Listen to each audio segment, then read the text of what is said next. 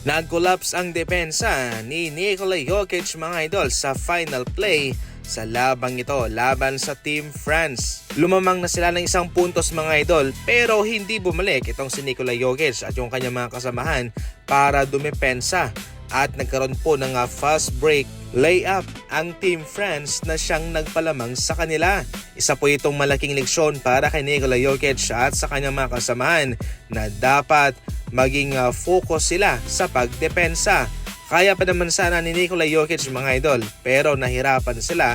Yan po talaga yung mahirap dyan kapag nasa transition na. Mahirap dumepensa. Pero wala silang magagawa dahil nangyari na yan mga idol at yan ho'y magsisilbing leksyon na lamang para sa kanila. Maraming mga fans now ang excited na makita itong si Luka Doncic na maglaro para sa panibagong NBA season. Ito na ang bagong new look ni Luka Doncic mga idol Mayroon po itong pagkakalintulad sa kanyang rookie season, sa kanyang mga unang taon sa Dallas Mavericks. Itong hubog ng katawang ito, mala rookie na Luka Doncic mga idol.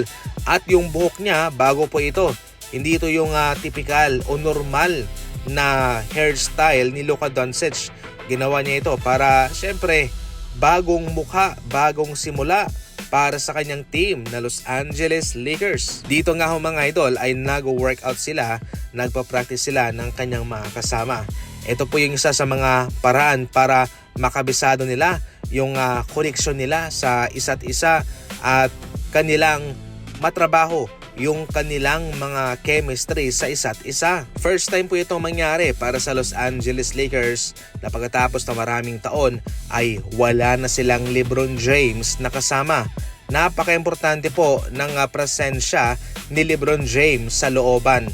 Siyempre, mayroon talagang mabubukas sa kanila ni Reeves at ni Luka Doncic. Pero ngayon na wala ng LeBron James, mas magfo-focus ang depensa sa kanilang dalawa. Kaya yung mga X-factor dito ay sana dapat yung kanilang mga kasama ay mag-step up talaga mga idol para sa kay Reeves at kay Luka Doncic dahil ang dalawang yon ay ang kanilang mga space maker. Sa ngayon marami ang nagsasabi na mahihirapan daw ang Lakers dahil marami ang nagbago sa kanila. Marami naman ang naniniwala sa kabila na ito ho'y malalampasan ng Lakers at sila ay magkakaroon ng magandang season. Pero isa lang mga idol ang masasabi ko, kapag nandyan si Luka sa team na yan ay malakas yan. Iba si Luka Doncic. Kaya kahit na walang LeBron James, basta't may Luka Doncic, iba pa rin po ang magiging estado nitong Los Angeles Lakers para sa season ito. Malakas pa rin sila at kita mo naman na sila pa rin ang isa sa mga priority ng NBA para sa season ito.